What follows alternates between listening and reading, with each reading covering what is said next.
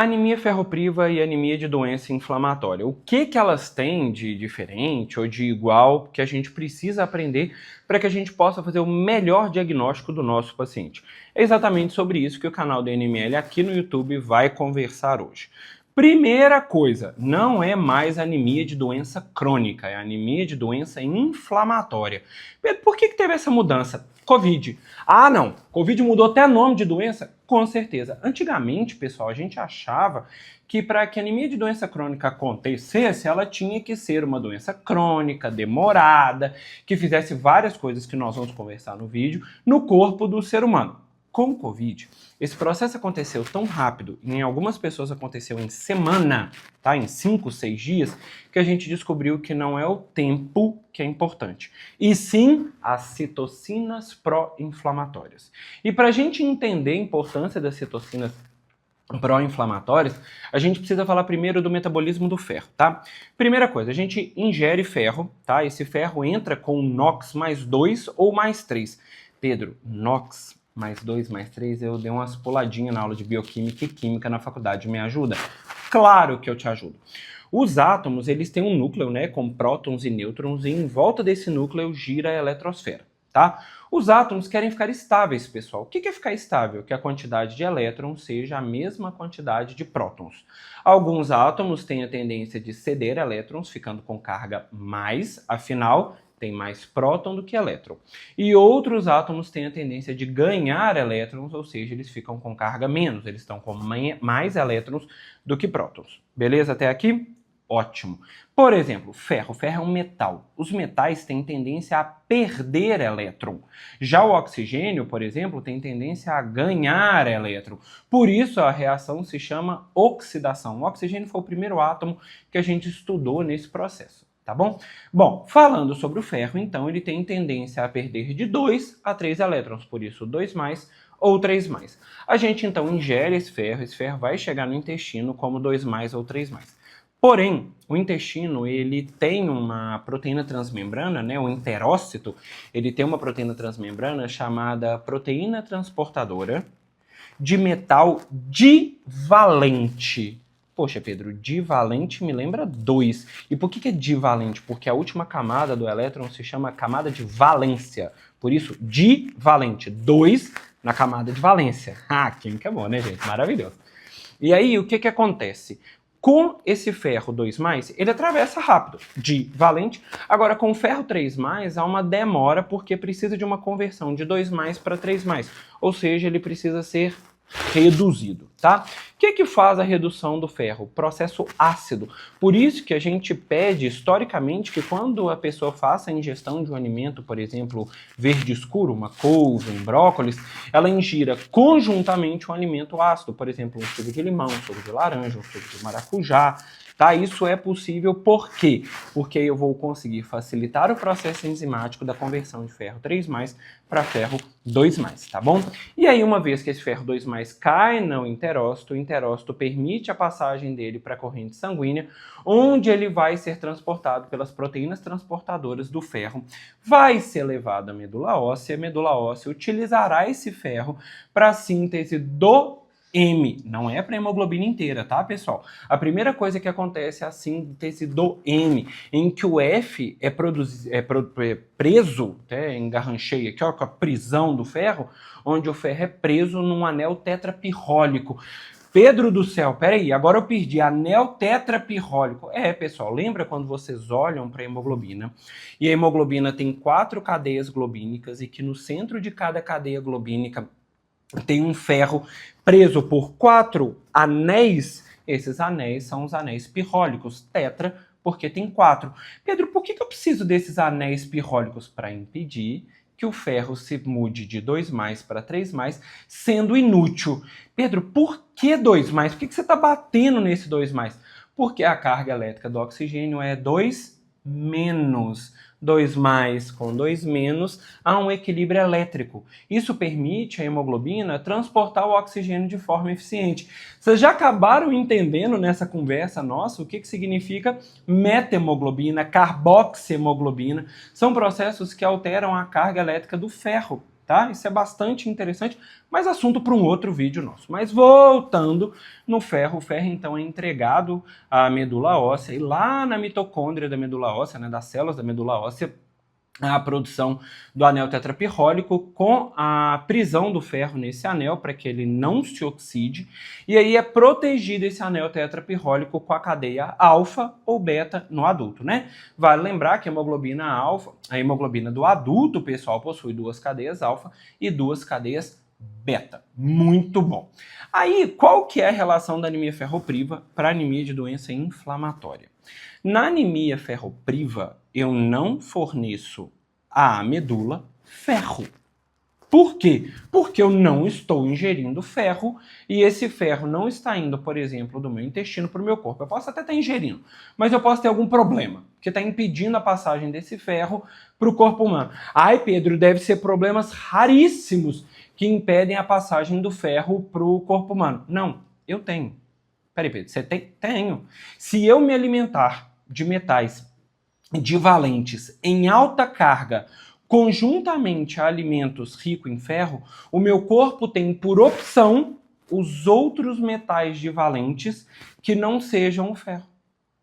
Interessante, né? Sabe como é que a gente descobriu? Um momento de caso, né? Eu era bebezinho, gordinho, comia muito, e aí eu fui ficando anêmico, e ninguém descobria, até que minha mãe me levou ao pediatra, eu com uma anemia ferropriva horrível, comendo de tudo, e aí minha mãe contou ao pediatra que eu comia, né, e aí eu continuava chorando, beleza, e aí minha mãe, me dava leite. Leite é rico em cálcio, a carga do cálcio é 2+. Então o cálcio competia para entrar nas células e ganhava do ferro, e por isso eu fiquei ferropriva ingerindo ferro, né? Interessante isso. Bom, então isso pode acontecer com a pessoa, tornando essa pessoa então verdadeiramente ferropriva. Falta ferro para a medula desse paciente. Na falta de ferro, a medula do paciente fica aplásica, ou seja, ela vai desligando a eritropoiese. Essa é a principal característica da anemia ferropriva. Interessante que o RDW da anemia ferropriva é variável, porque de vez em quando a pessoa pode ter pulsos de ferro que permite a liberação de hemácias maiores. Então, se há uma variação de tamanho da população eritroide, há uma elevação do RDW. Via de regra, VCM baixo, HCM baixo, CHCM baixo. É uma anemia microcítica hipocrômica. Já a anemia de doença inflamatória, o mecanismo é diferente. O processo inflamatório estimula a transcrição de um gene que gera uma proteína chamada epsidina. A epsidina, ela impede as ferroportinas.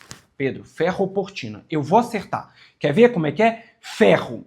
Então ela mexe com ferro. Sim. Portina. Porta. Porta de ferro. Não, porta de ferro fica sempre. Porta para ferro. Melhor. Para que a gente usa uma porta? Para ir de um lado para o outro. Então a ferroportina permite a passagem do ferro de um lado para o outro. Exatamente. As ferroportinas são proteínas que permitem a passagem do ferro do meio extracelular para o meio intracelular e, em alguns casos, do meio intra para o meio extra. O que a epsidina faz? Vai lá na ferroportina e destrói. Bom, se a ferroportina está destruída, o ferro que está dentro da célula nunca mais sai. Tá, se for dentro da hemácia, não tem muito problema, porque a hemácia vai ser destruída pelo fígado e aí pelo baço, né? E aí o que vai acontecer? Esse ferro vai ser usado pela medula óssea. Só que, e se macrófago destruir a hemácia? Né? O sistema retículo endotelial do baço, né? As células de Kupfer.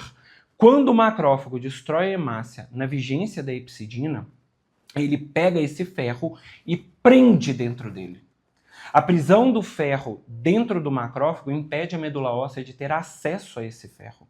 Então eu fico com uma ferropriva funcional, diferente de um processo ferropriva constitutivo. E aí o que acontece com a medula? A medula vai desligando também. Só que como a falta de ferro na anemia ferropriva é mais lenta do que na anemia de doença inflamatória, porque esta depende da carga de citocinas, como eu disse. Antigamente a gente achava que era lento igual a da ferropriva. Depois do Covid, lembra que eu contei para vocês que aconteceu em alguns pacientes em uma semana? Então, dependendo da quantidade de citocinas, A carga é tão alta que há um sequestro elevado e a medula consegue manter algumas reservas, o que faz uma anemia inicialmente normo-normo. A medula tem as reservas dela, o que faz com que o sequestro dos macrófagos não altere o processo. Agora, se o processo continuar e não for resolvido, a longo prazo a anemia de doença inflamatória pode desenvolver o mesmo caráter da anemia ferropriva, ficando microcítica e hipocrômica. E aí vocês podem estar se fazendo uma pergunta: por que o processo inflamatório sequestra ferro? O que o ferro das minhas hemácias tem a ver com o processo inflamatório? Meus amores, ferro não está presente só na hemoglobina. Ferro é um átomo extremamente importante por essa divalência dele e por essa diferença de carga que ele é capaz de ter, o que permite a ele ser um bom transportador de elétrons, o que permite, por exemplo, que só na gente ele esteja presente no sistema transportador elétrico, lá na fosforilação oxidativa da glicose. Lembra quem teve comigo o módulo da bioquímica, né? Eles viram comigo lá no metabolismo de glicose que lá na cadeia transportadora de elétrons, na cadeia para fosforilação da glicose, tem proteínas dependentes de ferro. Ou seja, o ferro é um átomo necessário à vida não só para a gente, para bactérias e para fungos. Então, o que o seu processo inflamatório te ensinou? Na vigência de um processo infeccioso, que foi uma das primeiras coisas que disparou os processos inflamatórios, sequestre ferro para impedir que as bactérias tenham como desenvolver de forma eficiente no organismo. Então agora vocês acabaram de entender por que o processo inflamatório sequestra o ferro. E é exatamente isso que torna um profissional que toca a bioquímica foda. Desculpa até o calão baixo da palavra, mas você sentar à mesa e fazer esta explicação te torna um profissional diferenciado. E veja que eu não consegui achar um momento para te falar das pós. Sabe por quê? Porque eu fiz uma fusão. É nesse momento que eu te digo que a pós de bioquímica é extremamente importante para te ensinar sobre as dosagens de hepcidina, capacidade de saturação do ferro, transferrina, ferritina, ferro sérico, inclusive para te ensinar que ferro tem horário para coletar, porque a partir de um certo horário ferro cai na corrente sanguínea e não se representa para os valores de referência, assim como eu ensinei para vocês características da anemia ferropriva e da anemia de doença inflamatória, que uma inicialmente é normo-normo, a de doença inflamatória, e a outra é microcítica hipocrômica, sendo que a de doença inflamatória, se progredir, pode chegar a microcítica hipocrômica. Ou seja, o que eu quero dizer para vocês? Façam pós-graduação em bioquímica avançada do INML ou em hematologia clínica laboratorial. Isso vai depender do ponto dessa história que a gente conversou que mais te chamou a atenção. Agora, fazendo um momento aqui importante, nada te impede de fazer as duas, porque eu vou deixar o link das duas aqui na legenda para você clicar e conhecer o nosso conteúdo e professores que vocês terão nas duas pós-graduações. Pessoal, foi ótimo conversar com vocês hoje e até o próximo vídeo.